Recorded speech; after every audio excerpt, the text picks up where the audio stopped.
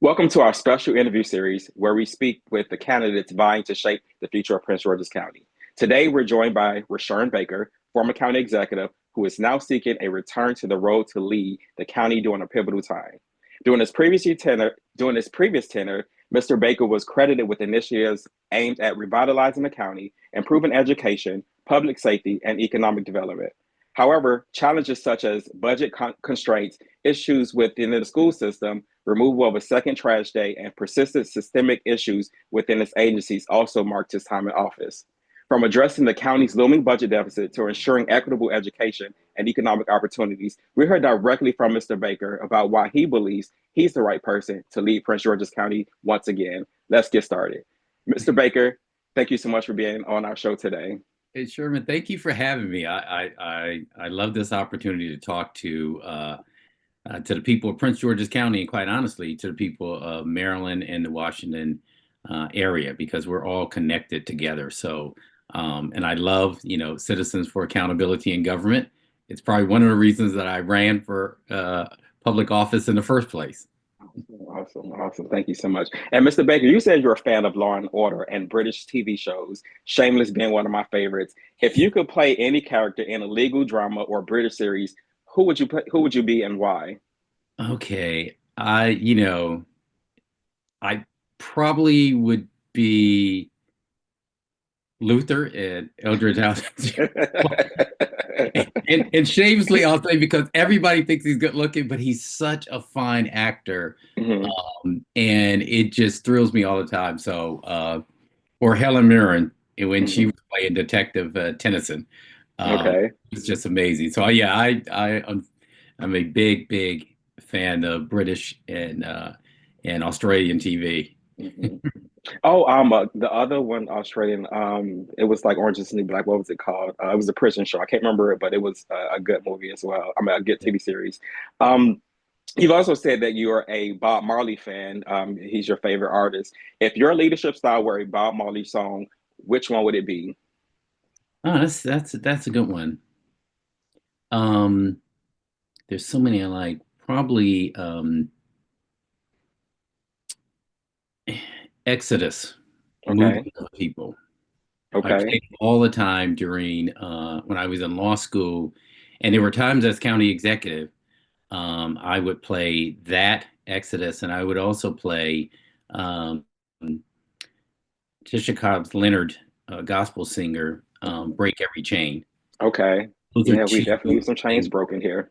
yes, and they were two songs that just kind of would motivate me to say, "Hey, you just got to keep moving," and God's going to take care of you. It's Absolutely. part of the Red Sea, so. Amen. All right. And as a history buff, if you could sit down with any historical figure to talk about the challenges facing Prince George's County, who would you pick and what would you ask them? Um, ooh, okay. If it's not someone, I would pick two people. If it's not someone from Prince George's County, I would probably pick. Um,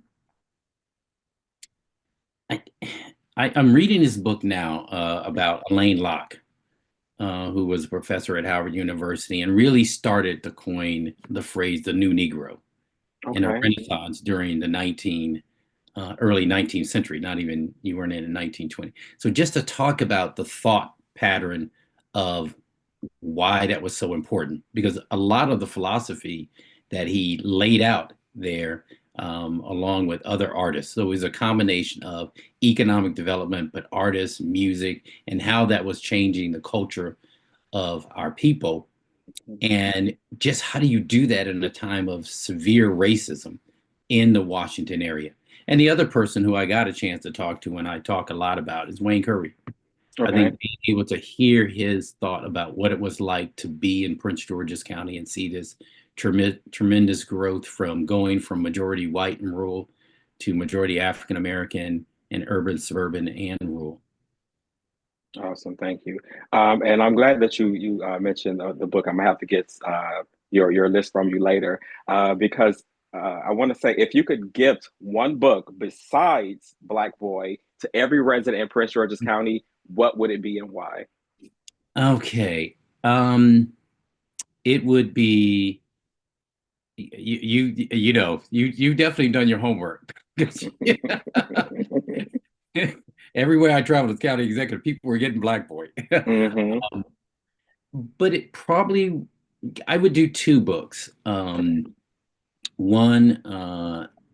once again, that I'm reading now on Ida B. Wells, who's just phenomenal. And you want, because people need to understand the struggle of how we got to where we are. We didn't just wake up and become Prince George's County. And if you go live in other areas, you'll figure out that, as my adult children have. And then the second one that I read is James Baldwin, The Fire Next Time. I talked a lot about that book too in his writings, but I think is so apropos for this generation, this new generation of Prince Georgians who are here, who are younger than my 66 years. I think understanding Baldwin will help them understand where they're going. Yeah, absolutely. And Baldwin is, I have definitely read a couple of his books and am looking to gain a few more of them. You've often said your life's journey has prepared you for public service. Stepping back from office can offer a lot of perspective. Since leaving, what new lessons or ideas have you developed that you're excited to bring to your comeback? What would be different? That's probably one of the best questions I've had since actually re-entering the arena, because I spent the last 6 years working with county executives and mayors who are going from being a legislator, a business person, a state's attorney, to being that person which must make decisions at an executive level for everybody. And that's quite different than anything you've ever established. And so, what I tried to do over the last 6 years is work with these throughout the country, some majority Black areas, some majority white, and some mixed, some with challenges and some with not. But how do you actually go in and plot how you improve the government, so that when you leave a legacy? And the things that I've looked at over those 6 years, whether it's in New York or Chicago or St. Louis, um, is really, how do you make government real for people? A lot of times we talk about government as, hey, I've done this. You list all the things you've done for people. Well, what I've learned since leaving office, and probably for a little bit when I was in office, if people don't feel the change, it is not real.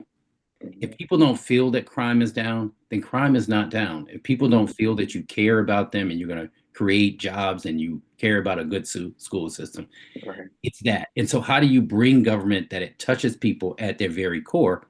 And how do you stay connected to people during your journey as county executive? And so, for me, I look at where we are right now in Prince George's County, and it's really about these next 2 years for me. These are the next, you're finishing out a term. So you're not going to have 4 months or 8 months to take a class and learn how to be county executive. On March 4th, you're, by all purposes, you are the county executive once you win. That means you're facing a $70 million budget deficit. You're facing a federal government that could be and probably is going to be hostile to the Washington area. So how do you deal with that? You're facing a state budget of $2.3 billion, that is going to be there. So you have to be able to come in on day one and change agencies that need to be changed. So it's one thing, you can go around the county and people will tell you about education, they'll tell you about permitting, they'll tell you about these things.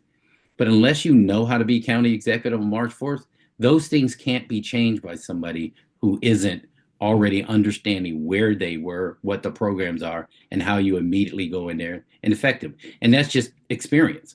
And so for me on the outside, working with all these other states on how they improve their jurisdiction, it felt, dishonest for me not to go out there and put myself forward and say, I have this experience to come in these next 2 years and make the changes that we need to make. And so that's what I've learned sitting back. And I've got to change to step away from it and to acknowledge some of the stuff that I did that I didn't, that I wouldn't do again. Mhm. That mistakes, as I said to somebody the other day, they pointed out a decision I made when I first got into office. And they said, that was a bad decision. And I said, yeah, you're right. But I made that decision because I was inexperienced, like any county executive.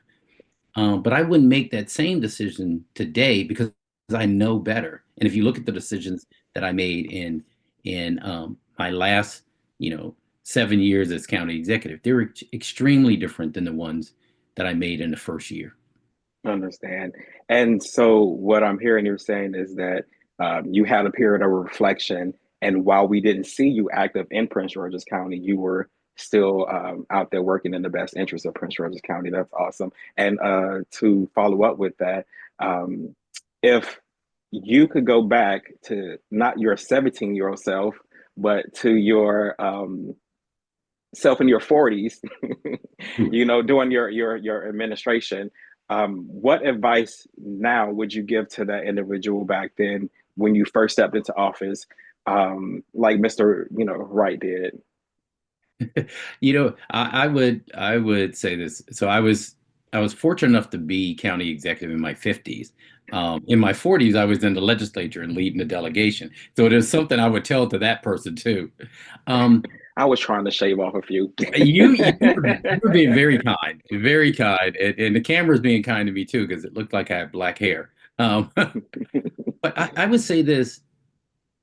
I would say to my 52-year-old self, the information that folks were giving me, like Wayne Curry and Ike Leggett, who was my law professor, who was county executive at the time, and Doug Duncan and Paris Glendenning and a bunch of others that I sought out advice, but kind of like did it because it sounded like a good thing to do. Let's go hear from these folks. Um, and something Wayne said to me that I did not believe, and that was when I first got in. He said it's going to take you 4 to 6 months to understand this job. So you really need to be in a posture of listening, listening to the council, listening to the legislature, listening to yourself, listening to expert, but be in the posture of understanding, and then be willing to take criticism on ideas that you have that you think are the greatest things since sliced bread. And he said that, but I didn't really. I said, okay, okay. But I didn't really listen. And I'll give you an example. There's a program we still have today called our Economic Development Incentive Fund. Is $50 million that we put in to jumpstart the economy in Prince George's County. I thought of that idea when I first came in the first six months, and to me, it was a brilliant stroke of genius.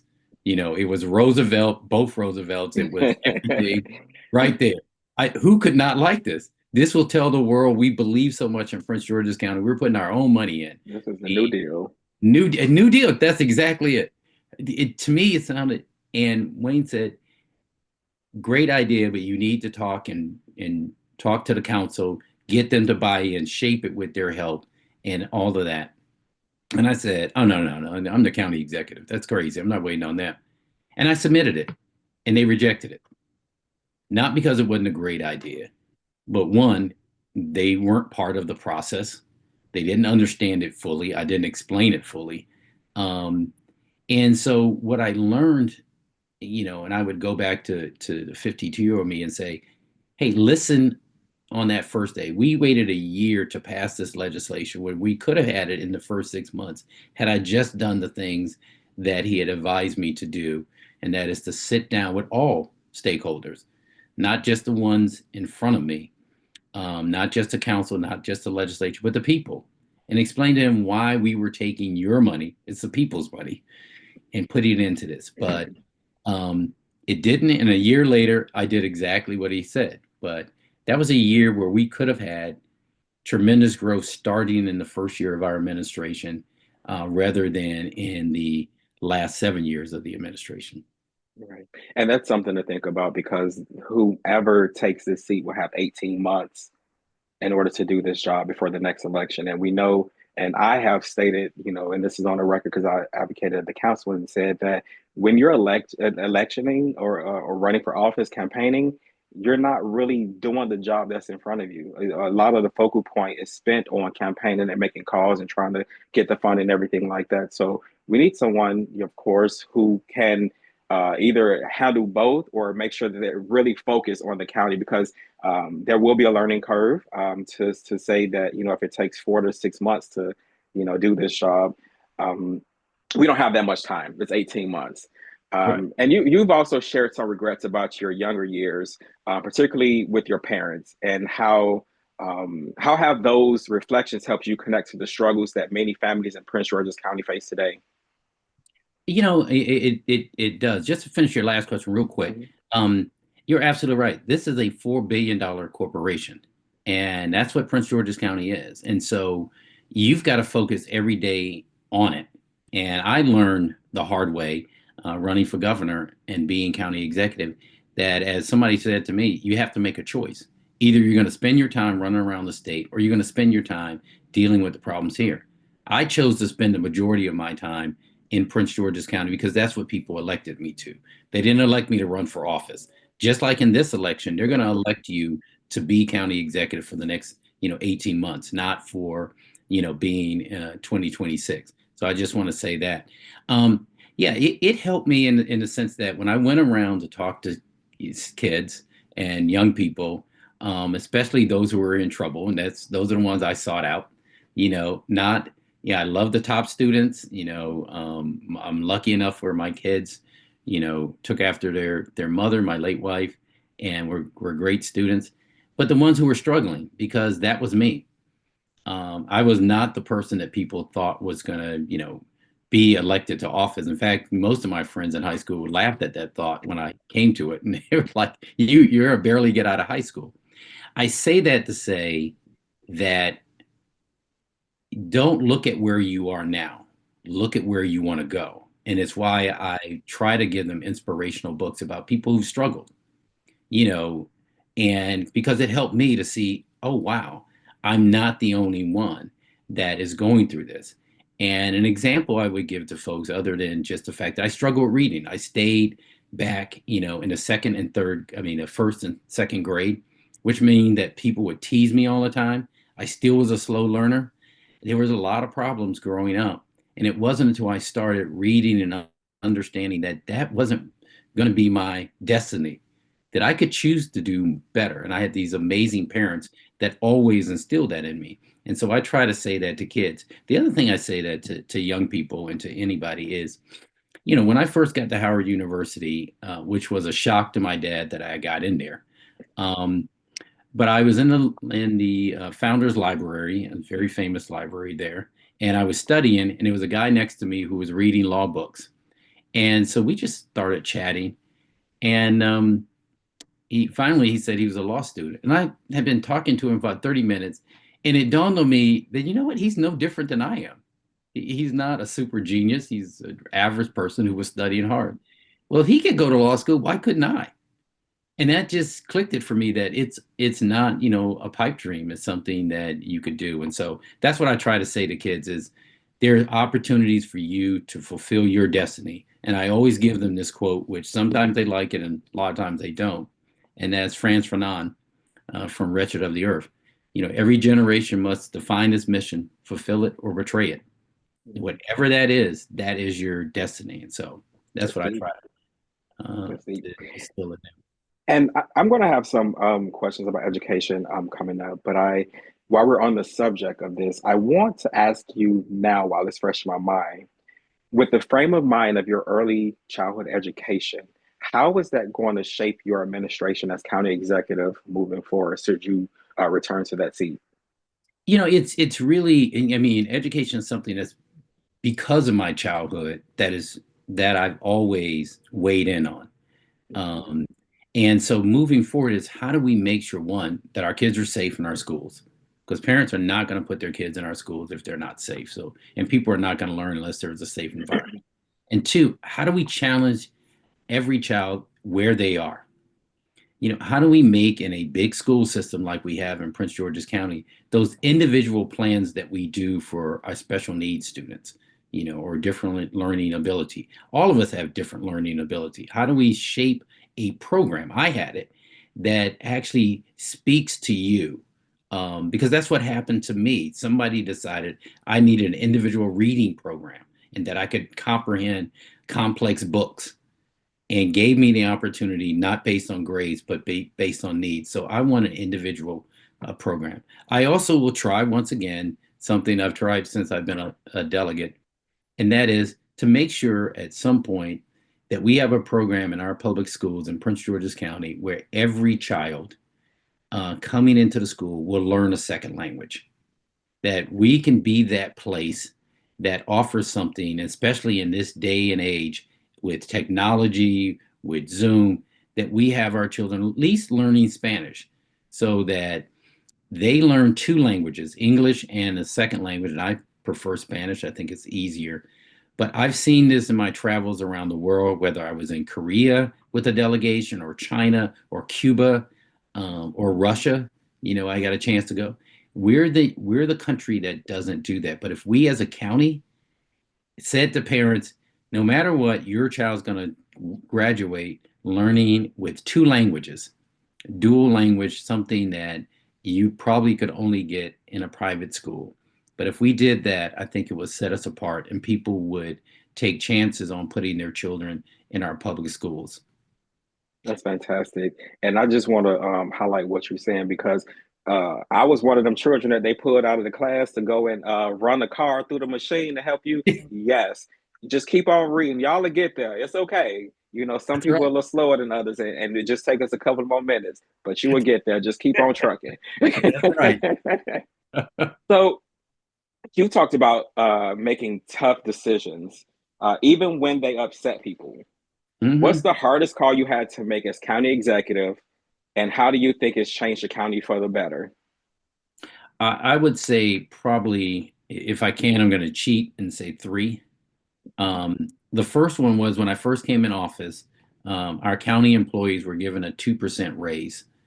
The county was facing a $150 million budget deficit. So the choice was I could keep the 2% raise that they well deserve and fire, a bunch of employees from the county, or I could ask the council to reverse the 2% raise and say, if you wait and believe in us, you're going to get it on the back end. Well, nobody was for one, going back on a promise they made to voters and to employees, and two, employees deserved it. But as a county, we just couldn't afford it. And so I pushed through the bill and we reversed the 2% raise. It was really hard. I had been supported by a number of unions. They no longer supported me after that. But I told them in the end, you're going to be better off. And in the end, they were. We saw raises that people were able to get. The second um, one was personal. As county executive, I was caring for my wife, who was diagnosed with my late wife, who was diagnosed with Alzheimer's. And as a caregiver, that's 24 hours. I was a primary caregiver. I had help, but I was a primary caregiver.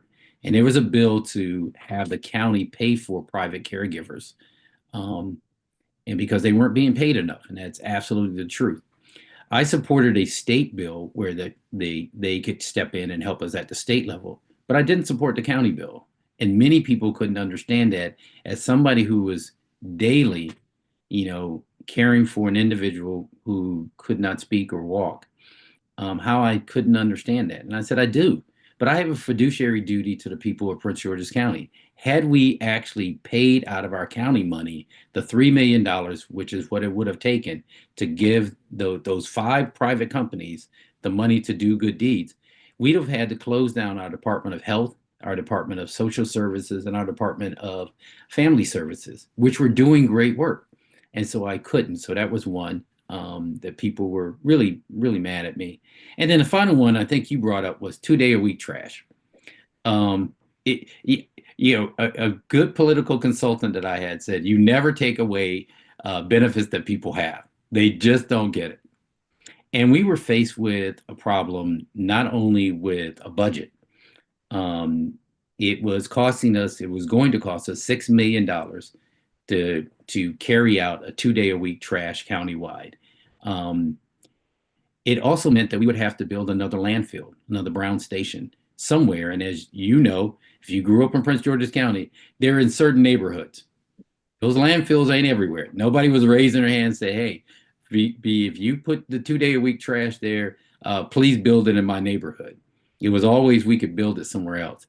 And then the final thing was, at a time where we know global warming is real and that green economy should be something we embrace, We were the only jurisdiction, not DC, not Baltimore City, not Montgomery County, not major jurisdictions that were doing 2 day a week trash pickup because one, it was harming our environment.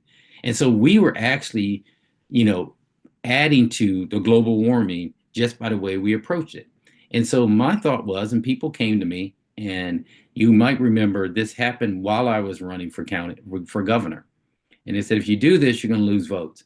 I said, if I don't do this, this county is going to lose off. It's going to, one, not be able to afford to keep it going because we don't have $6 million to put in there. Two, we don't have a place to build a ground station because New Jersey was no longer taking our trash.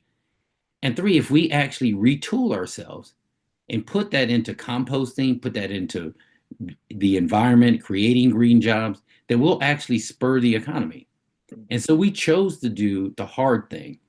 And what that led to was the Obama administration recognizing Prince George's County as a leader in the environment and waste reduction, and providing jobs for heretofore a lot of small and local businesses that didn't have it. And I still run into people who say, I hate you took away my second day trash. In fact, my girlfriend and I, we live in Fort Washington, and she reminds me every day that there's only 1 day a week trash. So, okay, so could we have not gotten a second trash can? Was that not an option? Yes, you actually could have. So the first trash can that was delivered, and this is something about leaving from the administration, is you leave with instructions for the next administration. So the first trash can was, and that's what we did. We did. I'm glad you brought it. We delivered free trash cans to everybody, um, and the idea was that we would deliver a second trash can and a composting uh, can that finally came, I think, this year to folks. So the notion was you would have 1 day, but we would actually start diverting our waste so that we could use that for Prince George's County to make money. So yes, you should have gotten two bulk trash cans, and it should start streamlining to the point where everything is at one, a single stream trash collection. But all of this was in the works because we did this the last week, I mean, the last 4 years of my administration. But it saved Prince George's County money. There's no way that we would have been able to survive the pandemic if we had not made these tough decisions and had not created jobs out of this to do it. And I'm also glad that you mentioned about trucking our trash to Jersey because people don't realize that trash is hauled across states. That's a few states you have to get there. That's right. Making That tough also call. Uh-huh. causes the environment. Sorry, but it also Okay. causes the environment because you're trucking, you're getting more stuff on the road, and you're And more traffic and more trucks on the road. Making tough calls isn't easy, especially when they create tensions with group like unions and or stakeholders. How do you handle staying firm on decisions while still building trust with the people involved? well. One, I used to teach. I teach this in my class to the executives. Is your job as county executive is to make county executive, or mayor, or governors to make tough decisions. There are no easy decisions that come up to you. It's not, you're not a legislator. It's not those great days when I was in the legislature. You just write a bill, pass it, and I don't know how it's enforced. That's somebody else's job. As county executive, you're forced. So when people, come to you, it is, and they're all great. It's not like the easy ones, like that's bad policy. Bing.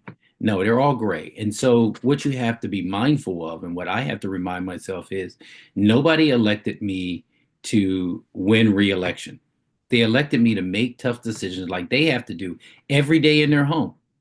There are things people want and there are things people need, but they make a decision on what's best for the family as a whole.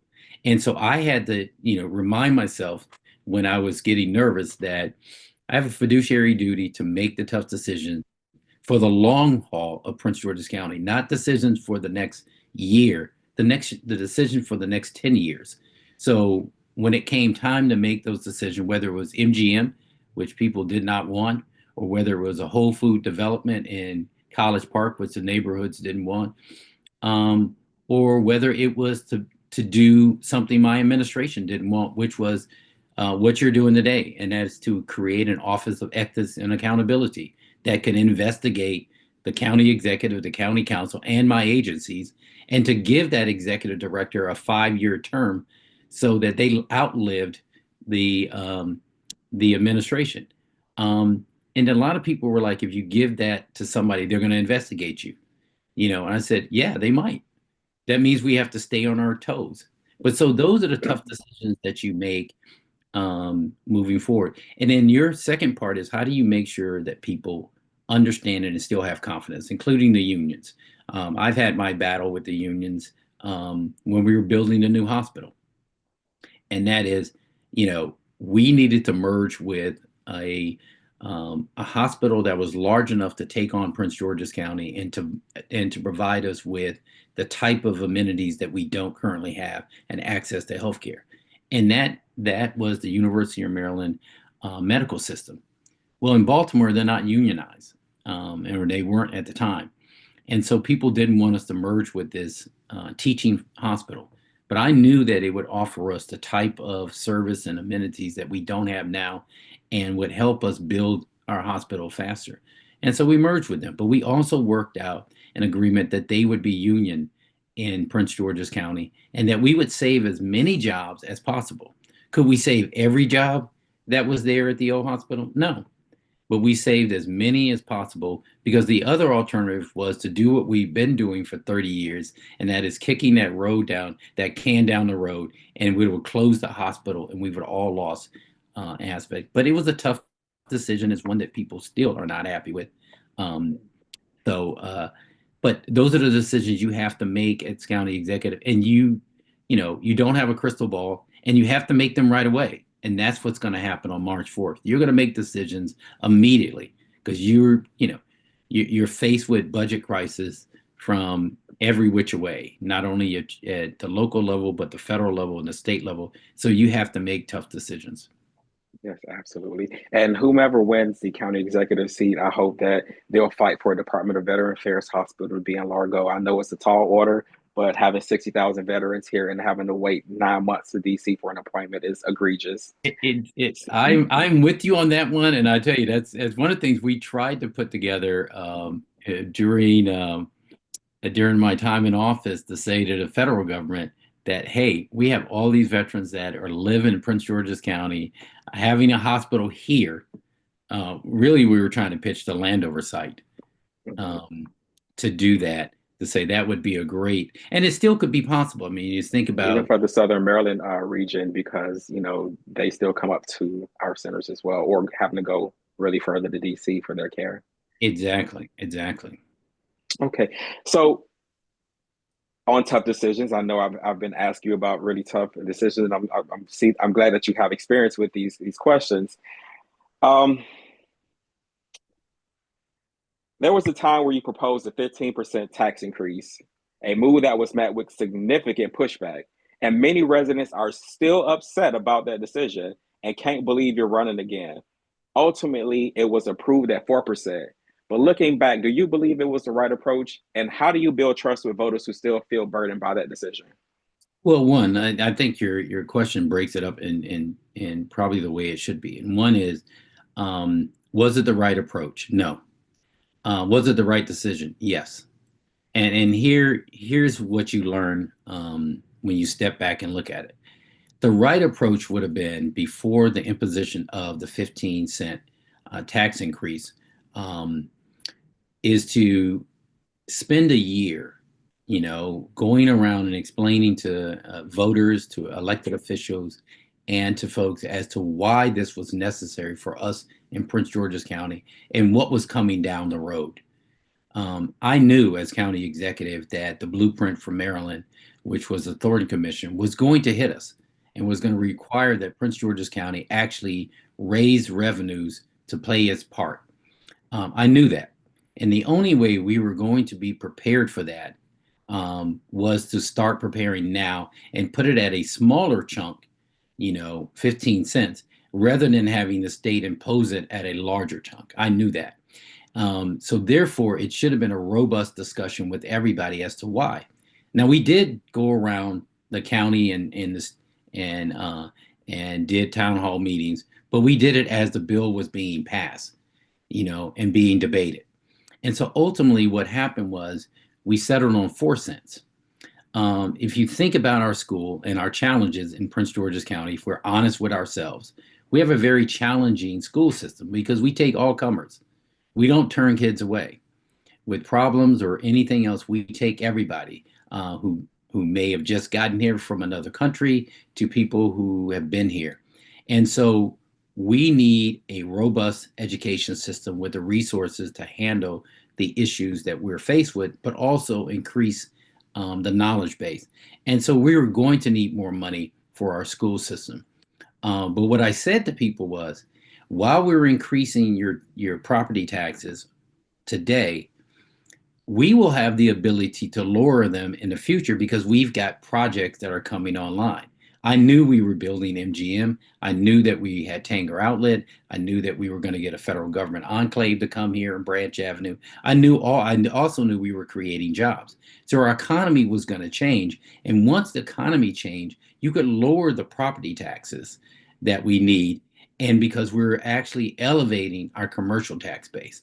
And so but it was hard for people to see that in the future and say, well, I don't believe that. I've heard it all these years. And so, um, but looking back on it, the things that happened exactly what I said.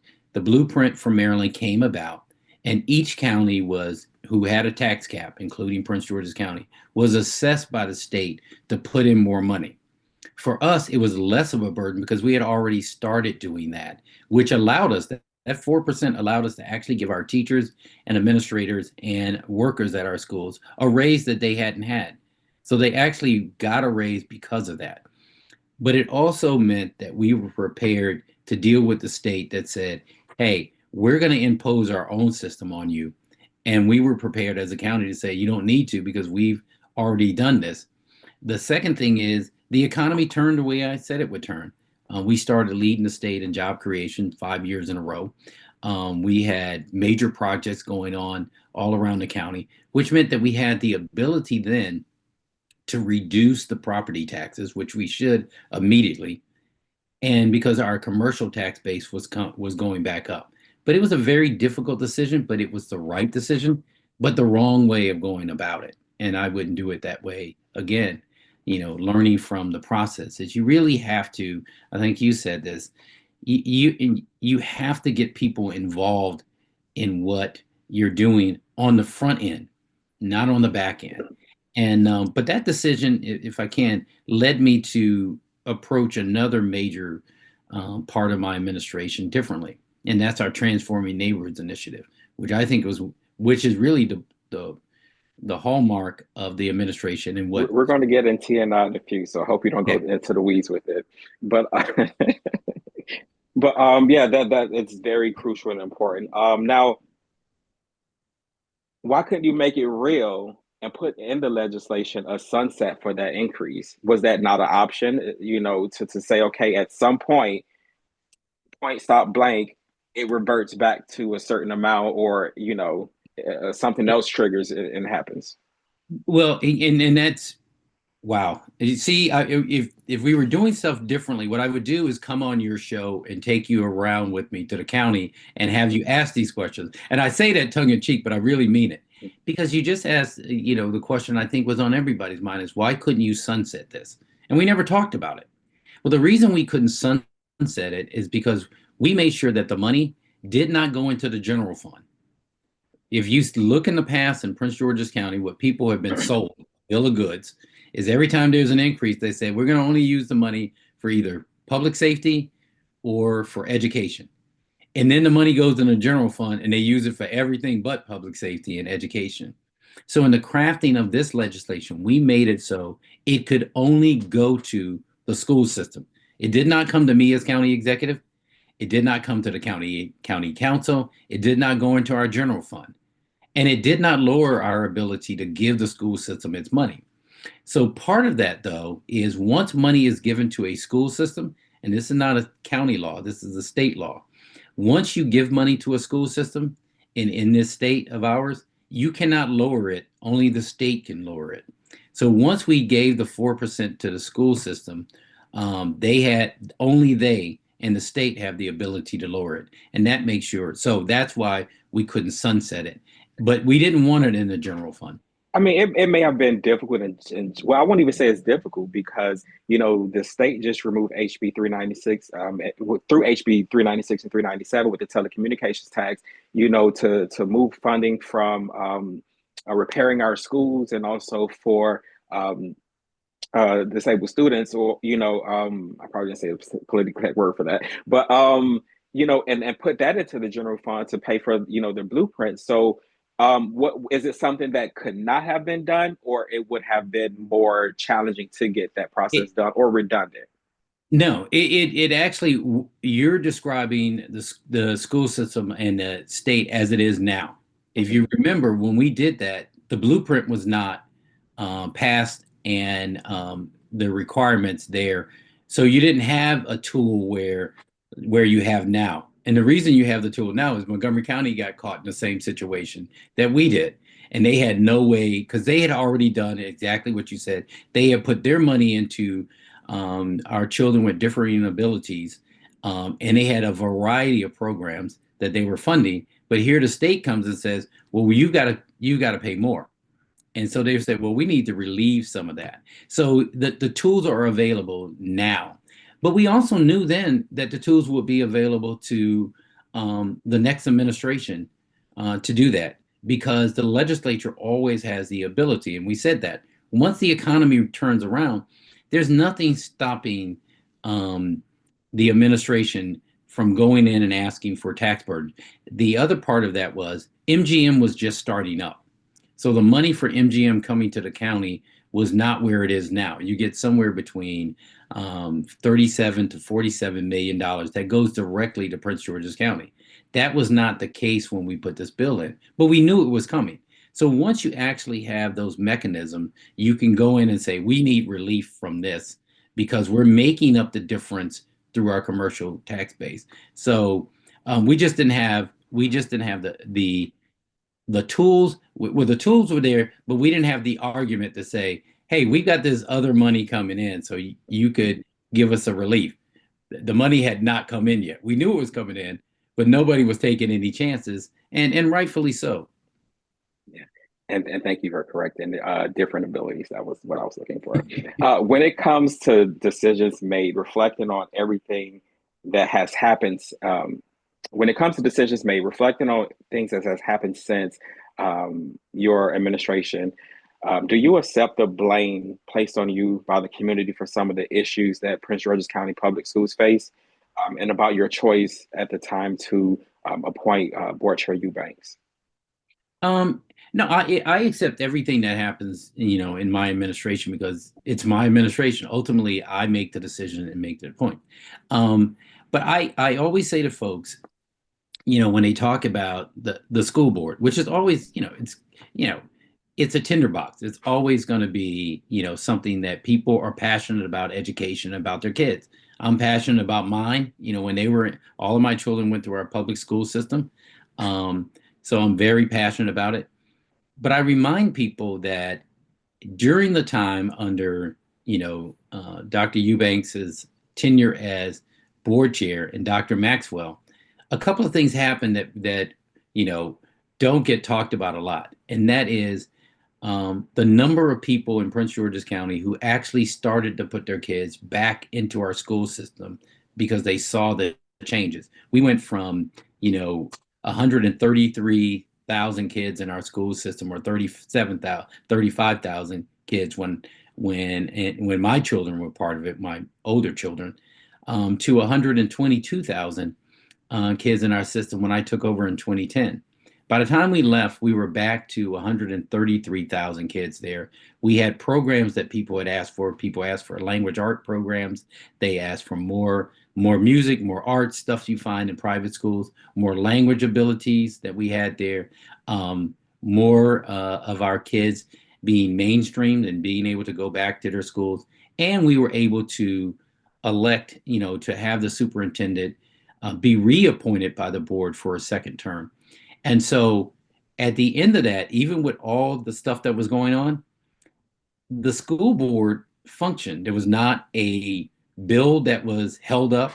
There was not a crisis where the leadership was asked to step down and they didn't step down and you had to go to the ethic charges at the school board. I looked at people and I was like, I'd never seen us at the state school system so much as when we left. And people were like, oh, it was all this chaos during your administration. Not once did we have that happen.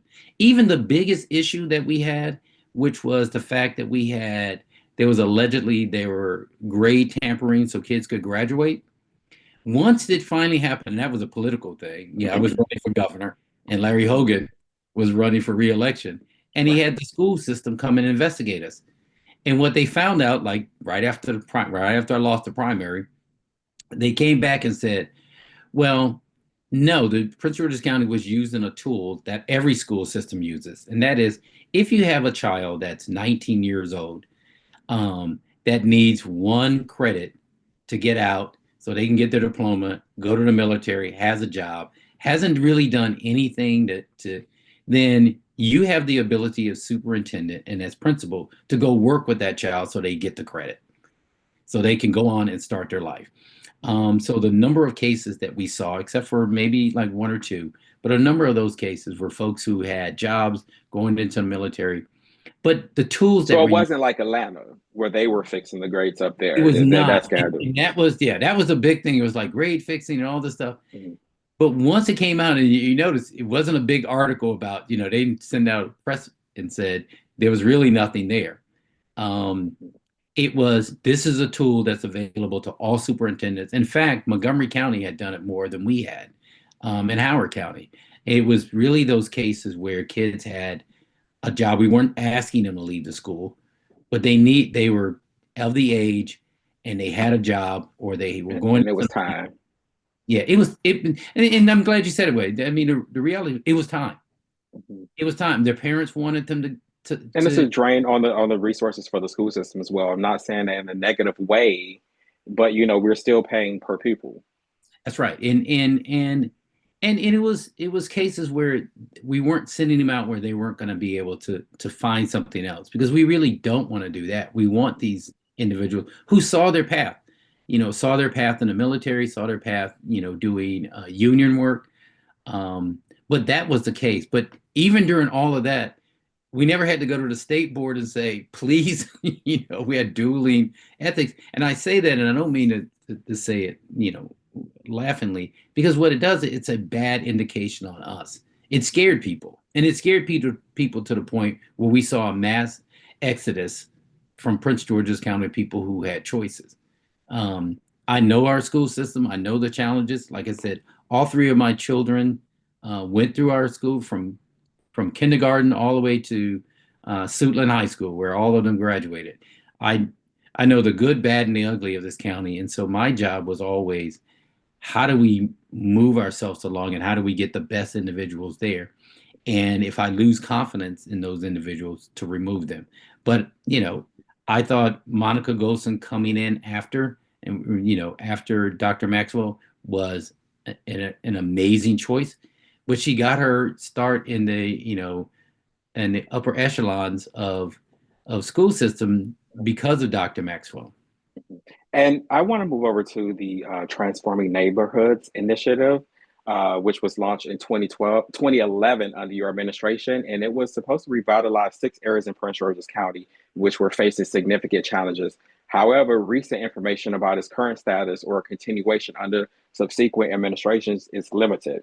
Could you provide insight into the present state of TNI and its impact on targeted communities? I really can't. And, there's one of the things I want to look at when I get in there, because this was a program that, by all accounts, it was studied by Harvard. It was because of its success of making a difference in our communities. I know that it was tweaked when the new administration, that's not unusual, administration do that, was tweaked to make it less targeted and more wide, more county-wide. I think that's what it was. But one of the things I learned was, if an administration, whether it's here, Baltimore City or any other place, asks me for my opinion, I'm willing to give it. But if an executive thinks they or has their own ideas, then I'm willing to give them the chance to do that. But here's why I was a big proponent of that program and how it came about was, we talked about how do you make sure people, how do you get people to understand what's going on in their government and have, you know, confidence in their government. And people can't have confidence if they don't know it, if they don't know or feel it. And so what the Transforming Neighborhoods initiative did was it targeted these 6 areas that had been forgotten, I believe, and overlooked in the county. And it said, you get attention first. We didn't have it everywhere. So if you were living in some of our other areas, including where I was living at the time in Cheverly, they said, well, why aren't we part of it? I said, no, because we have, if you look at the statistics, we actually had the ability to make some changes ourselves and the county can help you. But these other areas were not areas that had a town or the ability. And so it wasn't everywhere. And people were upset the fact that there were certain areas, whether it's Bowie, Laurel, places like that, were left out. But you can't, if a program's for everyone, it's for no one.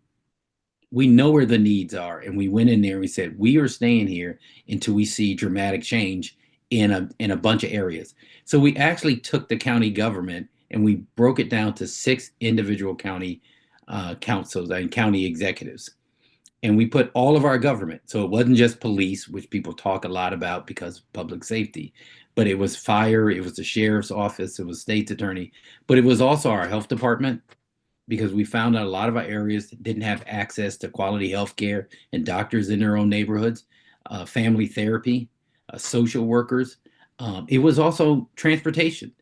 A lot of times in some of these areas around the county, it would take you forever to catch a bus to a job center. And so to highlight that point, I actually took a bus from my house in Cheverly to Upper Marlboro to get to a job at 7:30 in the morning. It was impossible. And so we looked at all of these things.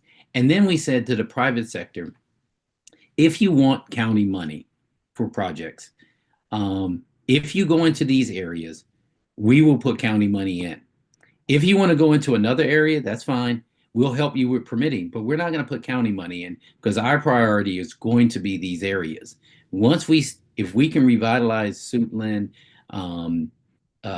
Mount Rainier area, other places throughout the Colmar Manor, all those places, the southern part of the county, if we can do that, then people will start to come there. But that's where our focus was. And what it allowed us to do, Riverdale, Bladensburg, that area rebounded so quickly, we took them off of our list, which then became a problem because people were like, we're used to what we're getting. In the beginning, nobody wanted to be identified. They were like, oh, well, we don't want to be identified as a challenging area, da da da da. In the end, they didn't want to leave.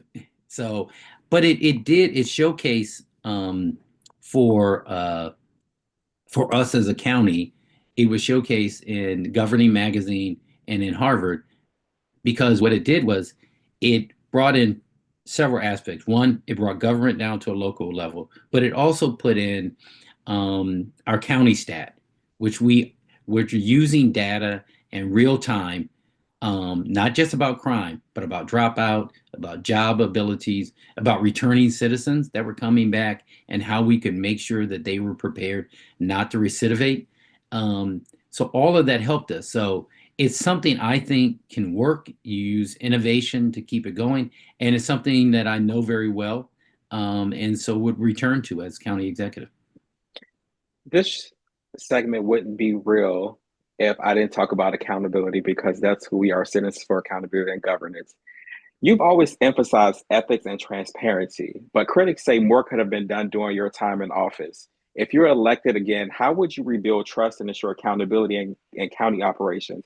Because I will say this, some of my favorite nightly reading material are the audits and a lot of the studies that Prince George's County have done. And I'm very upset about them, especially the ones with DPWT. What would you do differently this time, or would you still seek the office of Inspector General for Prince George's County? I'm glad you brought it. I've wanted an inspector general badly.